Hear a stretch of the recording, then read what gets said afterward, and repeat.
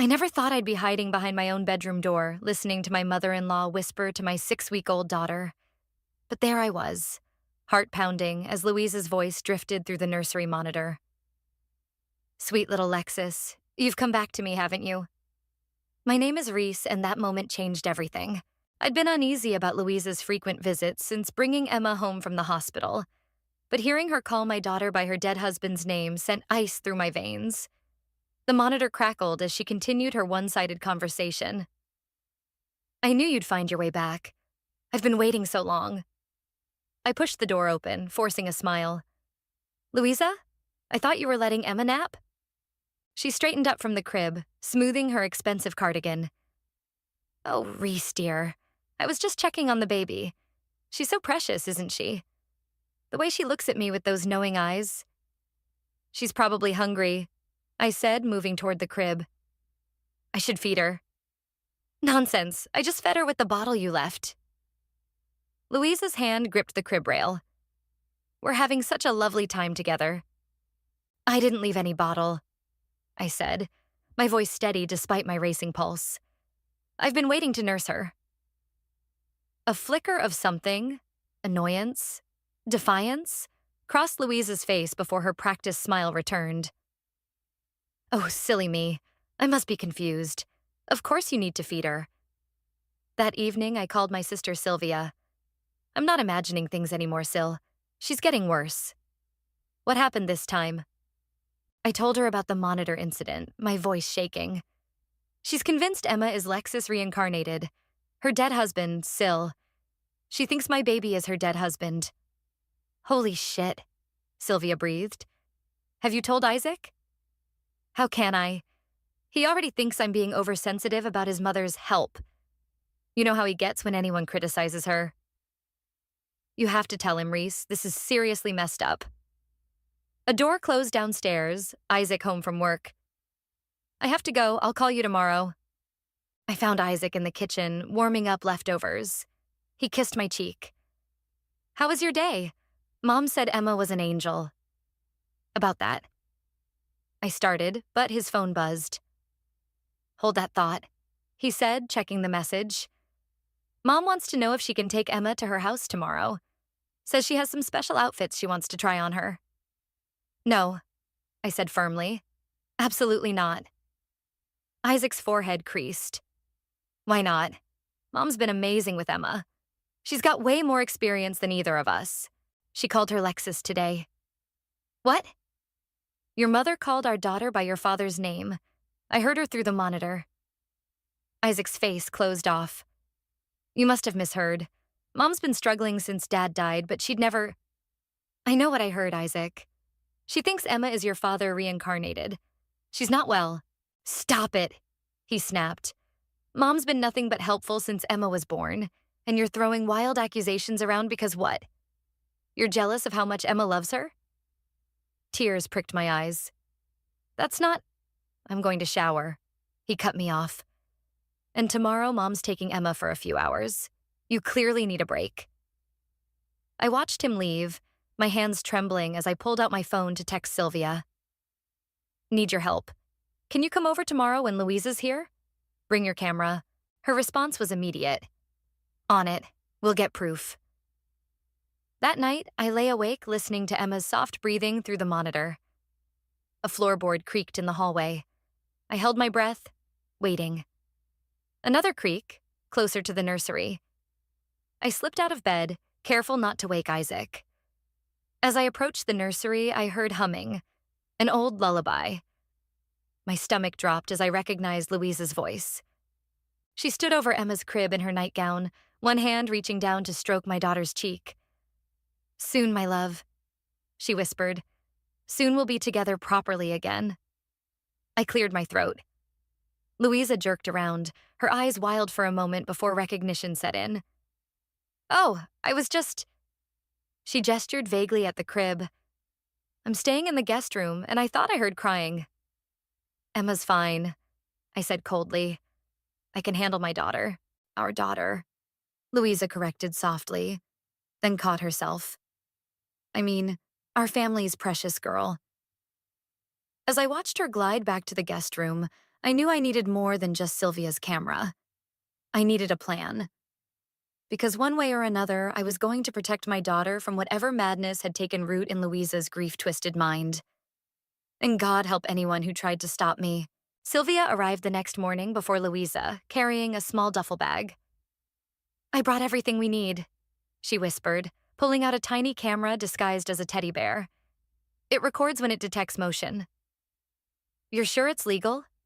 I asked, bouncing Emma gently. "Completely.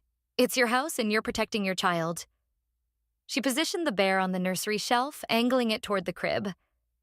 "Besides, if Louisa's not doing anything wrong, she has nothing to worry about." The doorbell rang and I tensed. Louisa swept in, carrying shopping bags. "Good morning, darling. Oh, and Sylvia's here too." Her smile tightened. "I thought we were having family time today." "Sylvia is family," I said firmly. "She's helping me organize Emma's closet." "How domestic." Louisa set down her bags. "I brought some special things for the baby. Family heirlooms, actually." She pulled out a yellowed christening gown. "This was Lexus's. I've been saving it." Sylvia caught my eye. I forced myself to stay calm. "That's very thoughtful, but we already have Emma's christening gown." "This one is more appropriate," Louisa insisted. "It has history, connection." She stroked the fabric. "Lexus would want his daughter wearing it." "Emma isn't Lexus's daughter," I said sharply. "She's Isaac's." Louisa's eyes took on that familiar, faraway look. "Of course, dear. That's what I meant." Throughout the morning, Sylvia documented everything while pretending to fold baby clothes. Louisa's strange comments. Her insistence on calling Emma Little One instead of her name. The way she positioned herself between me and my daughter at every opportunity. Around noon, Isaac called. "How's everything going?" "Your mother brought your father's christening gown," I said quietly. A pause. "That's nice of her. A family tradition." "Isaac, she said Lexus would want his daughter wearing it." "Stop twisting her words," he snapped. "I'm sure she meant, I'm recording her." I cut in. "Today, right now. If you don't believe me, you can see for yourself." The line went silent. Then, "You're spying on my mother?" "I'm protecting our daughter." He hung up. Sylvia squeezed my arm. "He'll understand when he sees the evidence." Later, while Sylvia distracted Louisa with lunch, I checked the teddy bear footage. My blood ran cold as I watched Louisa lean over the crib during Emma's nap, whispering, "I won't let her keep us apart, my love. She doesn't understand our connection." That night, after Louisa left and Isaac retreated to his home office, I fed Emma and put her to bed. The house settled into silence, broken only by the soft whir of the baby monitor. At 2 a.m., a shadow passed my bedroom door. I was already awake, waiting. I followed silently, phone recording in my hand. Louisa stood in the nursery, fully dressed, holding my sleeping daughter. "What are you doing?" My voice cut through the darkness.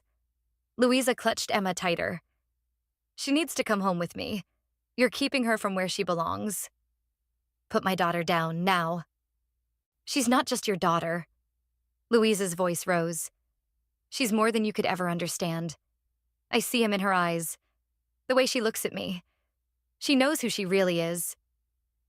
Emma stirred, whimpering. I stepped forward. "You're going to hurt her." "I would never." Louisa gasped. "I love her. She's my second chance. My Lexus." "Mom?" Isaac appeared in the doorway, face pale. "What's going on?" Louisa turned to him, desperate. "Isaac, help me make her understand. Your father has come back to us. Can't you see it?" Isaac moved slowly, hands raised. "Mom, give Emma to Reese." "But now, Mom." Tears streaming, Louisa let me take Emma. I backed away, shielding my daughter as Isaac guided his mother out. I called Sylvia immediately. She arrived just as Isaac returned to the nursery. "I've called Leo," he said, naming his brother. "He's coming to take Mom home." He wouldn't meet my eyes. "I'm sorry, I should have listened." We need to do more than just send her home, I said, showing him the videos. This isn't going to stop. What do you suggest? I looked at Sylvia, then back at my husband. First, we change the locks. Then we get her help, real help, whether she wants it or not. She's still my mother, he said quietly, and this is our daughter. I held Emma closer. We protect her first. As we waited for Leo, I watched the sunrise through the nursery window, knowing this was just the beginning. Louisa wouldn't give up easily, but neither would I. The next week passed in a blur of security upgrades. We installed cameras throughout the house, changed the locks, and added motion sensors. But Louisa was craftier than we expected. She's been calling my friends, Isaac said one morning, rubbing his temples, telling them she's worried about Emma's safety. With us. I nearly dropped my coffee. What exactly is she saying? That you're unstable, that you're keeping her grandchild from her. She's twisting everything, Reese. A text from Sylvia lit up my phone.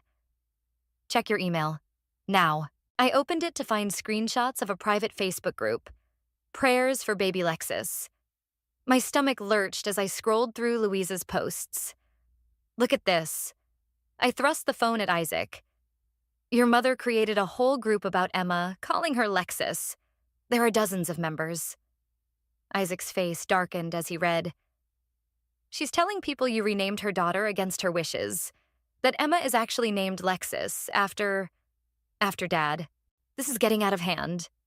I paced the kitchen. We need to... The doorbell rang. Through the security camera, I saw Louisa standing there with an elderly couple I didn't recognize. Don't answer it, Isaac warned, but I was already moving. I opened the door partway, keeping the chain on. Can I help you? Reese, dear. Louisa's voice dripped honey. These are old friends of Lexus's. They've come to see the baby. Her name is Emma, I said firmly. And we're not accepting visitors. The elderly woman stepped forward. We just want to see little Lexus. Louisa's told us everything. There is no Lexus here, I snapped, slamming the door. Through the window, I watched them console Louisa as she broke into theatrical sobs. My phone buzzed. Lana, my neighbor, calling. Reese, there's something you should see. She sent a video of Louisa in her backyard, conducting what looked like a ceremony with candles and photos. She's been doing this every night this week, always talking about bringing him home. That evening, while Emma napped, I searched Louisa's name online. News articles popped up from 20 years ago. Local woman claims deceased sister possessed family dog. My hands shook as I dug deeper. Isaac, I called. Your mother's done this before. He read the articles, face growing paler. I remember this. Mom was different after Aunt Sarah died. She convinced herself our dog was Sarah reincarnated. Dad had to send her to therapy. Did it help? For a while, until... He trailed off as Emma's cry came through the monitor. We rushed to the nursery. Everything looked normal, but something felt off. Then I noticed the window. Unlocked. I always lock this, I whispered. Isaac checked the security footage on his phone. Mom was here an hour ago. She must have gotten the spare key from Leo. Check the closet, I said suddenly, remembering the shopping bags she'd brought last week. Inside, we found a notebook wedged behind Emma's clothes. Page after page of Louisa's handwriting. Day 15. Baby shows clear signs of recognition, just like Lexus used to look at me. Day 23. That woman keeps calling my love Emma. She'll understand soon enough. Day 30. Made contact with medium. She confirms baby's true identity. Must prepare for the ceremony. The last entry made my blood freeze. Full moon approaching. Everything ready for the transfer. Baby will remember everything then. Just need to get her away from the mother first. Transfer? Isaac's voice cracked. What is she planning? A noise downstairs made us both jump. We crept to the landing and saw Leo in the foyer, looking guilty. I'm sorry, he blurted. Mom said she just needed to drop off some clothes. I didn't know. You gave her a key? Isaac thundered. After everything? She's our mother. She's grieving. She's dangerous. I cut in. And you're not welcome here anymore. After Leo left, I called Sylvia and Lana for an emergency meeting. We gathered around my kitchen table, the notebook between us. We need to go to the police, Lana said. With what? Isaac asked. They'll say it's a family matter. Then we go bigger, Sylvia suggested. Social media. Expose everything. No, I said slowly, an idea forming. We need to catch her in the act. This ceremony she's planning? That's our chance. It's too risky, Isaac protested. It's our best shot at getting her the help she needs, I argued. We'll be ready this time. As my sister and neighbor helped plan, I felt stronger than I had in weeks. Louisa thought she was the only one who could orchestrate events. She was about to learn how wrong she was. The full moon was in 3 days. It was time to set our own trap. The day before the full moon, Lana burst through my back door, waving her phone. You need to see this. Now. She pulled up a video of Louisa speaking to someone off camera. The timestamp showed it was from yesterday. The medium says the transfer must happen at midnight, Louisa was saying. Once we complete the ceremony, Lexus's soul will fully awaken in the baby. That woman won't be able to deny it anymore. What woman? Asked a male voice. The surrogate, Louisa spat. That's all she is. A vessel. She's trying to keep my husband from coming back to me. My hands trembled. Where did you get this? Your neighbor across the street has a security camera. Caught this conversation in her driveway. I called Sylvia immediately. Change of plans. We're doing this tonight. Tonight? But we're not ready. We have to be. She's planning something for tomorrow, and I'm not waiting to find out what. Isaac paced the kitchen. Let me try talking to her first. Maybe if I... No, I cut him off. Look at this video. She's not going to listen. The doorbell rang. Through the security feed, I saw Leo shifting nervously on our porch. Don't, Isaac warned as I moved toward the door. I opened it anyway. What do you want? Mom's not well, Leo blurted. She hired a medium. They're planning some kind of ritual for tomorrow night.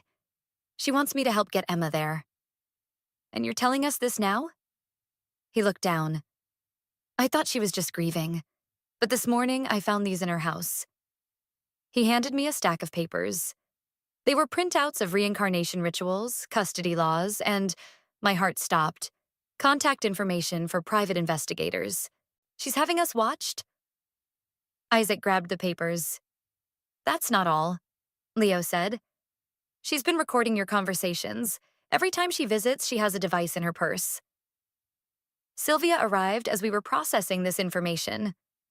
The cameras are set up, she announced. Every room plus the yard. Good, I said, because we're doing this now.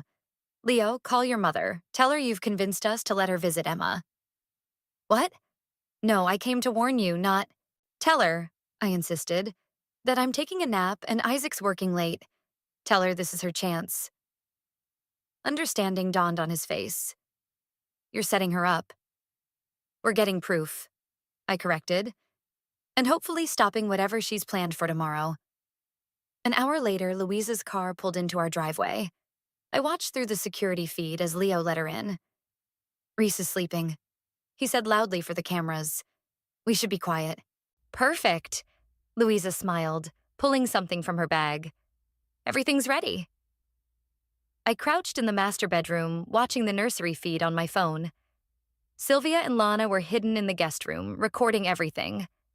Isaac waited in the garage, ready to block any escape attempt. Louisa entered the nursery, Leo hovering uncertainly behind her.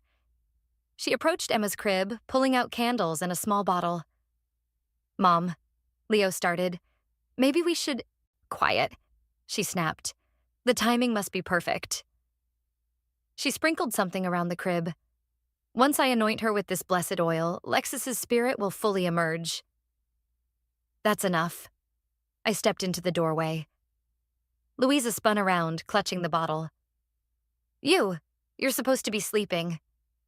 Like I'd ever sleep while you're near my daughter. She's not yours. Louisa shrieked. She's Lexus, my Lexus. No, Mom. Isaac appeared behind me. Emma is our daughter. Dad is gone. You're wrong, the medium proved it. She has his soul, I just need to wake it up. She lunged for the crib. I moved faster, snatching Emma into my arms as Sylvia and Lana emerged from hiding. It's all on video, Sylvia said, holding up her phone. Everything. Louisa's face contorted. You planned this? Leo, you betrayed me? You need help, Mom, Leo said softly. Real help. I'm trying to bring your father back. Don't you want that? Dad's dead. Isaac's voice broke. And you're scaring us. Louisa looked around wildly, seeing the phones recording her, the evidence of her madness captured forever. Her shoulders slumped. You don't understand, she whispered. None of you understand. We understand you're sick, I said firmly. And now we have proof. So you have two choices. Get professional help, or we take this evidence to the police. She stared at Emma in my arms, something shifting in her eyes. For the first time, I saw fear there. I need to go. No. Isaac blocked the door. You need to choose. Now. The night stretched before us, heavy with the weight of what would come next. One way or another, everything would change after tonight.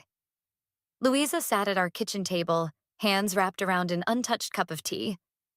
The blessed oil and candles lay confiscated on the counter, along with her phone and purse. I want to see the videos, she said suddenly. Show me what you recorded. Sylvia glanced at me. I nodded. The footage played on her laptop. Louisa sprinkling mysterious powder, muttering incantations, reaching for Emma with that wild look in her eyes. As she watched herself, her face crumpled.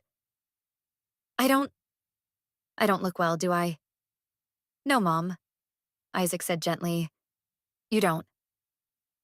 The doorbell rang. Leo returned with a woman in professional attire, the crisis counselor we'd called. Mrs. Underwood? The counselor sat across from Louisa. I'm Diana. Your family's concerned about you. They're trying to keep me from my husband, Louisa said, but her voice lacked its usual conviction. Your husband passed away 3 years ago, Diana said softly. Tell me about him. Tears spilled down Louisa's cheeks. I miss him so much. When the baby came, she has his eyes. The same look. I thought, you thought you could bring him back? A sharp knock interrupted them. Through the security camera, I saw 2 police officers at the door. I didn't call them. I whispered to Isaac. I did. Lana stepped forward. After I saw this. She handed me a letter. It was from a lawyer demanding immediate custody evaluation of Emma. You tried to take my daughter legally too? I turned to Louisa. It's my right. Some of her fire returned. I have evidence you're an unfit mother. My private investigator. You hired someone to spy on us? Isaac's voice rose. Diana intervened. Let's stay calm. Mrs. Underwood, these are serious actions you've taken. The police entered after Isaac opened the door. They reviewed our footage, the letter, the ritual items.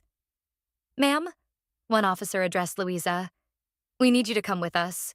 There are concerns about harassment and potential endangerment of a minor. No, Louisa stood. I haven't done anything wrong. I just want my family back. Mom, Leo stepped forward. Remember what happened with Aunt Sarah? With the dog? You got help then. You can get help now. That was different, she protested weakly. It's exactly the same, Isaac said, and we can't let it continue. Diana spoke up. I can recommend an excellent facility. Voluntary commitment would look much better than being taken in by the police.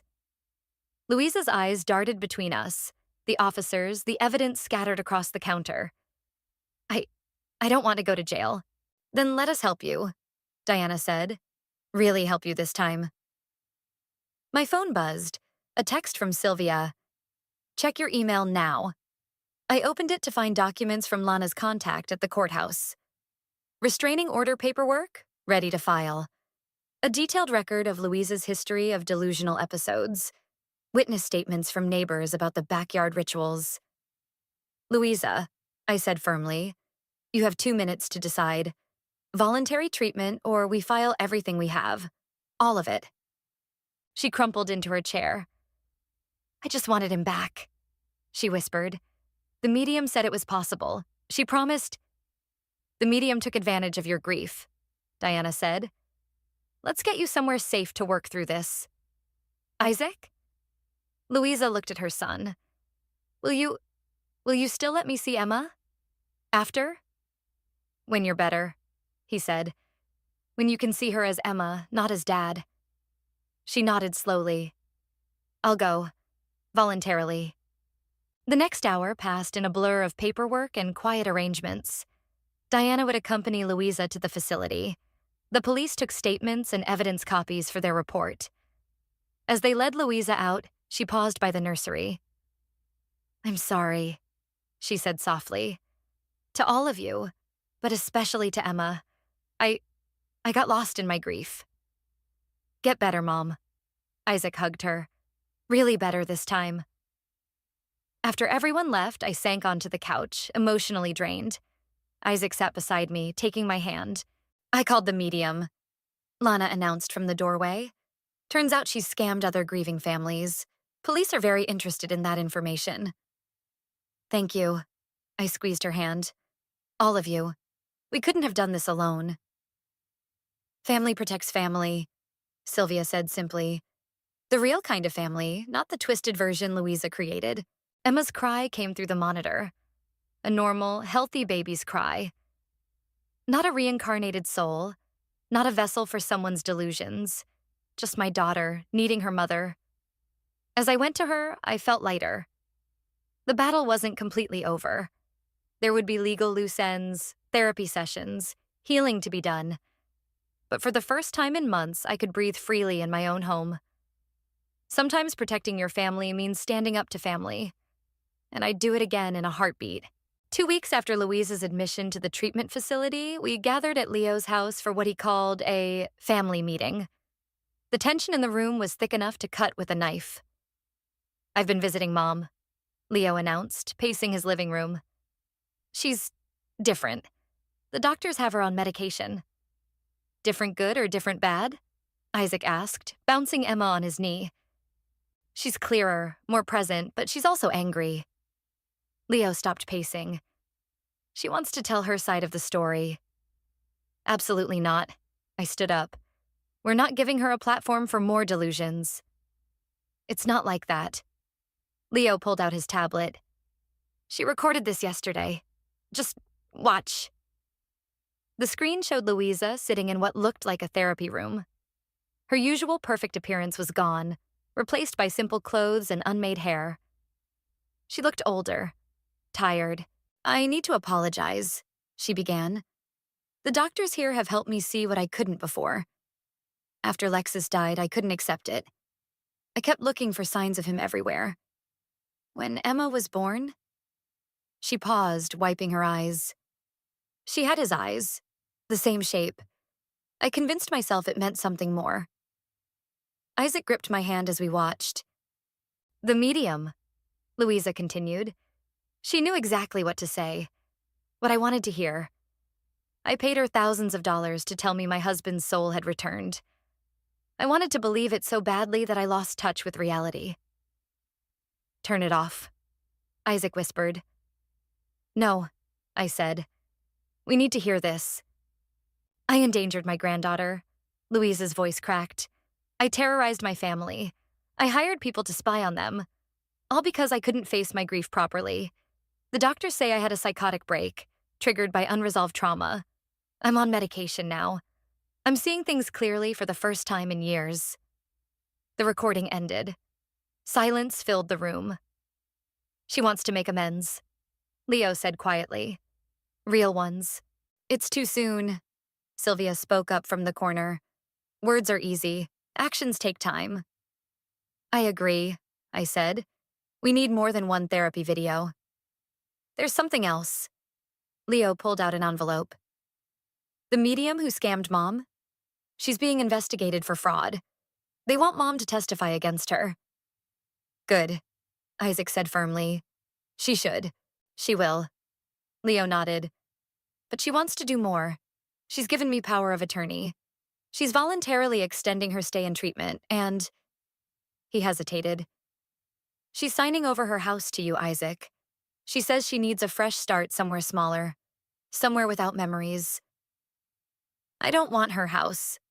Isaac stood up, agitated. I want my mother back. The real one, not whatever version she became. Emma started crying. I took her from Isaac, soothing her as the others continued talking. The doctors think she can recover, Leo said. But it will take time and boundaries. Like what? I asked. Supervised visits only, continued therapy, regular medication checks, no overnight stays, no being alone with Emma until she's proven stable for at least a year. And she agreed to all this? Isaac looked skeptical. She suggested most of it, Leo replied. That's how I know she's really trying. My phone buzzed. Lana sending updates about the medium's investigation. Multiple families had come forward, all with similar stories, all involving claims of reincarnation and lost loved ones. We should press charges, Sylvia said, reading over my shoulder. Against the medium, at least. Already done, Leo said. Mom's lawyer filed everything yesterday. Isaac paced the room, processing. I want to see her. In person. The doctors say she's ready for family visits. Leo nodded. But they recommend going one at a time at first. I'll go with you, I offered, surprising everyone, including myself. She needs to see us united. Are you sure? Isaac searched my face. Yes, but Emma stays with Sylvia during the visit. And we set clear boundaries from the start. Leo pulled out more papers, visiting guidelines from the facility, recommended boundaries from the therapists, legal documents about the house transfer and power of attorney. One step at a time, he said. That's what Mom's doctors keep saying. As we planned the visit, I watched Emma playing on her blanket, completely unaware of the complex adult drama swirling around her. She was just a baby, not a vessel, not a reincarnated soul, not a pawn in someone's delusions. Just my daughter, who deserved to know her grandmother once Louisa was truly well. Tomorrow, then? Isaac asked softly. I nodded. Tomorrow, but we do this our way. No compromises. The path to healing would be long, but at least now it felt like we were all walking in the same direction. Even if some of us had to take smaller steps than others, the treatment facility looked more like a high-end retreat than a hospital. Sunlight streamed through large windows as a nurse led Isaac and me to the visiting room. Mrs. Underwood will be here shortly, she said. Remember, if anything makes you uncomfortable, press this button. She indicated a small device on the table. Isaac squeezed my hand. Ready? Before I could answer, Louisa entered. She moved differently now, slower, less theatrical. The expensive clothes and perfect makeup were gone, replaced by simple slacks and a sweater. Isaac, Reese. Her voice wavered. Thank you for coming. She sat across from us, hands folded in her lap. The silence stretched until Isaac spoke. How are you, Mom? Better, clearer. She met my eyes. The medications help, so does therapy. I see things differently now. Like what? I asked. Like how sick I was. How I twisted everything to fit what I wanted to believe. She pulled out a small notebook. My therapist suggested I make a list of everything I did wrong. May I share it? I nodded. I stalked your family. I hired private investigators. I tried to steal Emma. Her voice cracked.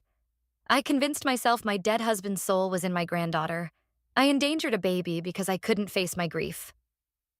Mom, Isaac started. Please, let me finish. She opened the notebook. I manipulated Leo. I turned family members against each other. I spent thousands of dollars on a fraudulent medium. I planned a ritual that could have harmed Emma. She broke down, tears falling onto the pages. The medium's been arrested, I said quietly. 5 other families came forward. Louisa wiped her eyes. Good. She deserves prison. But I'm the one who chose to believe her, to pay her, to let her feed my delusions. Why did you record us? Isaac asked. During your visits? I thought I could prove Emma was responding to me differently, that she recognized Lexus's soul. She shook her head. The doctors say I was deep in psychosis, that grief can break the mind in strange ways. A knock at the door, Louisa's therapist joining us. How are we doing? She asked, sitting nearby.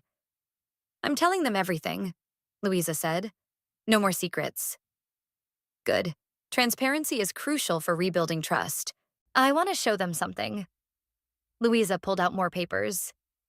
My treatment plan, my medication schedule, the conditions I'm agreeing to for any future contact with Emma. I read through them. The restrictions were even stricter than what Leo had mentioned. You're voluntarily giving up unsupervised visits? Isaac asked, surprised. Yes. Forever, if that's what it takes. I need to earn back your trust. Both of you. The therapist nodded approvingly. Louisa's made exceptional progress accepting these boundaries. What about the house? I asked. Leo said you're giving it up. Too many memories there. Too many triggers. Louisa straightened. I've found a small apartment near the treatment center. After I'm released, I'll continue outpatient therapy there. When will that be? Isaac's voice was tight. Not for several months. And even then, I'll need support. Structure. She looked at us pleadingly.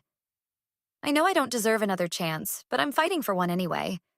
Not just for Emma, but for myself. The therapist spoke up. Would you like to show them your progress journal? Louisa handed over a thick notebook. Inside were daily entries tracking her thoughts, medications, therapy insights, pages of painful self-reflection and accountability. I write to Emma, she said softly. Letters she can read someday when she's older. Explaining everything. Taking responsibility. May I? I reached for the letters. She nodded. I read the first one. Dearest Emma, I'm your grandmother and I owe you the biggest apology. I lost myself in grief and nearly lost you in the process. You are your own perfect person. Not a vessel, not a reincarnation, just a beautiful baby girl who deserves better than what I did. There's more, Louisa said. I write one every day. It helps me stay grounded in reality. Isaac was crying quietly. I reached for his hand again. This is a good start, I said finally. But we need time and proof that this change is permanent. I understand. Louisa closed her notebooks. I'll keep doing the work, keep proving myself, however long it takes. As we left the facility, Isaac turned to me. What do you think? I think she's trying. Really trying this time. I looked back at the building. But we stay careful. We stay vigilant. Agreed. He kissed my forehead. Thank you for coming today, for giving her a chance to explain. She's still your mother, I said. And maybe someday she can be Emma's grandmother too. The right way this time. The sun was setting as we drove home, casting long shadows across the road. Like those shadows, the past would always be there. But at least now it felt like we were finally stepping into the light. Emma took her first steps in our backyard during a small family gathering. As she wobbled between Isaac and me, I caught sight of Louisa sitting quietly in the corner, hands clasped tightly in her lap to keep from rushing forward. She's doing it. Sylvia filmed on her phone while Lana cheered from the sidelines. Emma plopped down on the grass, giggling. This time she crawled toward Louisa. May I? Louisa asked, looking at me. I nodded. Go ahead, Emma. Show Grandma how you can stand. The word grandma still felt strange, but Louisa's face lit up with pure joy. Not the manic energy of before, but something softer. Real. Come here, sweet girl, she coaxed, helping Emma to her feet. That's it. Just like that. Leo appeared with a cake. Happy first steps, written in wobbly icing. Mom made it, he said, in her new apartment's kitchen. First time baking since... Louisa trailed off. Well, since before.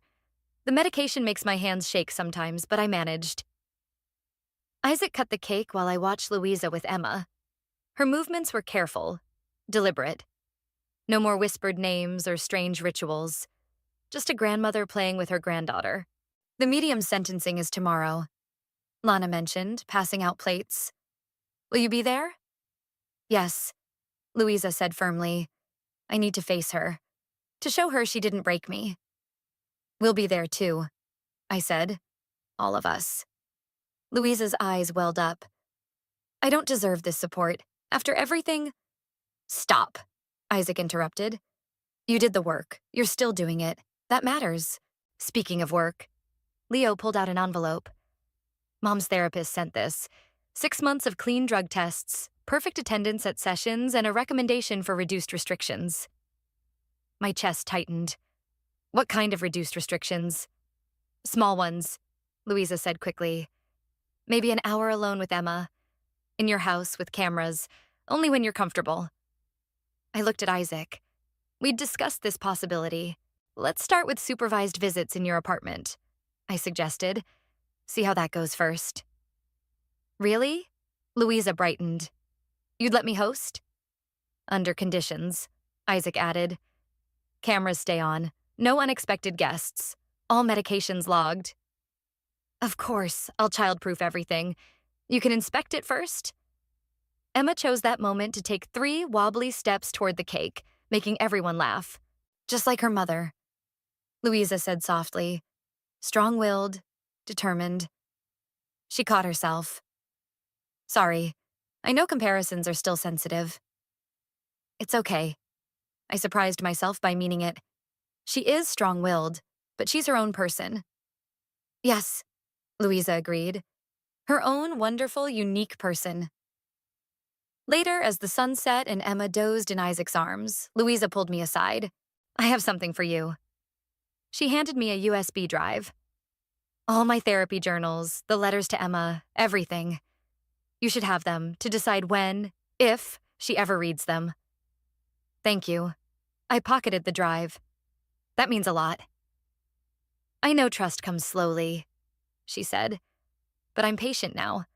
The doctors taught me that real love means waiting, respecting boundaries, accepting consequences. You've changed, I acknowledged, because you forced me to face reality. You protected Emma when I couldn't protect myself from my own delusions. She touched my arm gently. Thank you for not giving up on me completely. Emma stirred, reaching for me. As I took her, Louisa stepped back respectfully, a small gesture that spoke volumes. Ready to head home? Isaac asked, gathering Emma's toys. Actually, I said, why don't we help your mom clean up first? Emma can nap in the travel crib. Louisa's face lit up. I'll make coffee. The normal kind, she added with a self-deprecating smile. No special herbs or blessed water this time. We all laughed, the sound carrying across the yard. It wasn't perfect. There were still hard days, moments of doubt, old wounds healing slowly. But as I watched Louisa carefully fold Emma's blanket, chatting normally with Sylvia about baby-proofing techniques, I felt the last knot of tension in my chest begin to loosen. Sometimes the happy ending isn't about everything being perfect. Sometimes it's about finding a new normal, building better boundaries and learning to trust again. Slowly, carefully, but completely. Emma would grow up knowing her grandmother. The real one, not the shadow of grief that had almost torn us apart. And that, I realized, was the greatest victory of all. Coffee sounds perfect, I said, following Louisa inside. Let's talk about those apartment visits. Her smile, genuine, hopeful, but tempered with hard-earned wisdom, told me we'd made the right choice. One step at a time. Just like Emma, we were all learning to walk a new path together.